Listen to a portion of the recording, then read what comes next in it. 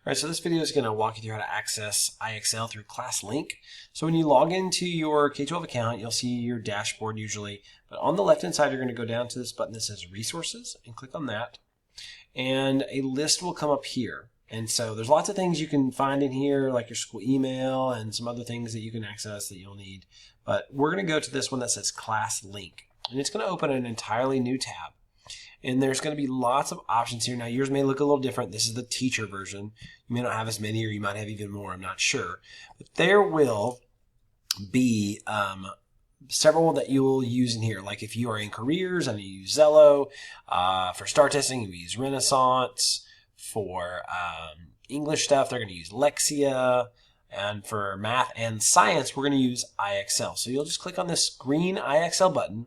And because you've already logged into your K-12 account, it links those together and you should be automatically logged in where you do not need a username or password. And it should say welcome and your name up here somewhere. Now your screen's going to look a little different than mine. This is obviously the teacher's landing screen.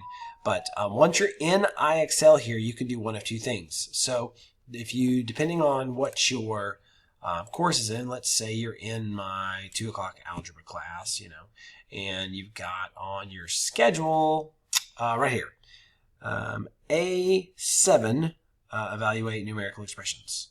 Like it's here under assignment. Let me look at assignments here, and I think I've got them in order. Well, that's quizzes, but like the first IXL assignment is A7, evaluate numerical expressions of rational numbers. And it was due yesterday at midnight or whatever. So you can either go to the IXL, go to the assignment in the course, right? And then in the student view, again, it looks different, and you'll complete it, and you can log into IXL through Class Link, which you've done, and then you can click on this link, okay? And I always like to open it in a new tab, okay? And it'll take you directly to that there, okay? Now, if you're having trouble with that link, like you're like, okay, well, I know I'm in my algebra class. So you'll go to math, you're learning math skills, and you'll go to the Algebra 1 section, right? And then A7 is right there, 8.7, and you can see the same, and you'll just click on it there, okay?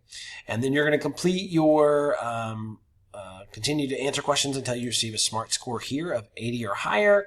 So like 3/5 plus 2/5 is 5/5, minus 1/5 is 4/5, and we make sure, it says we've got to do it like this. Put in the 4 and then the 5, and we'll submit, right? And so this number should grow as you get questions right.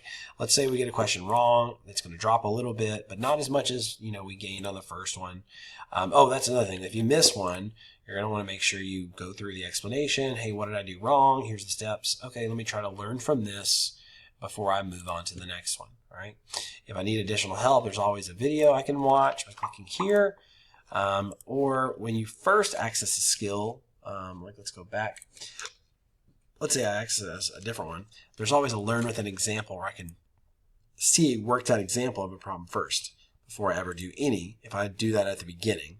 But once you start answering questions, this one goes away and you only have to watch a video. So then once you complete your skill to at least a SMART score of 80 or higher, now if you go all the way to 100, like it says, if you go achieve a SMART score of 100, you'll get bonus. Like this is 4 points, right? But if you do it to 100, you'll get a 5 out of 4. So you'll get a bonus point, essentially 25% extra credit there on that assignment. But once you're done, you can see the skill name here. You can see your name will be up here, and you can see the SMART score.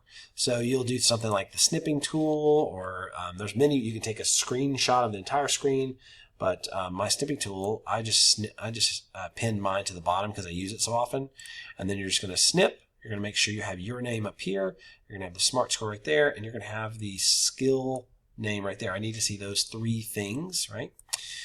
There's your name, there's the skill name, here's your score, and then you're going to save, where's save? There's right there, save. Okay, looks like an old floppy disk, which you probably have, students have no idea what that is. Your parents do, ask them.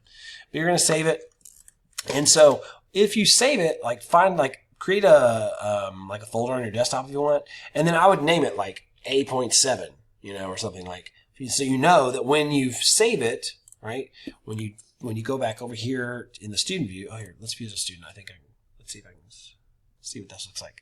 There's going to be a button, right here. So you're going to upload, right? You're just going to click upload there, and then you're going to go find where that file is, or you if you have it on your desktop, or whatever, you can click and drag it over to here. Oh, I don't think it'll let me because I'm a teacher or whatever. But then you're gonna like find it on your computer. Well, if you don't know what you've named it, then you don't know where to go find it. So that's how you'll log that in there. So anyway, hopefully this video helps. If you have any other questions on that, feel free to reach out and let me know.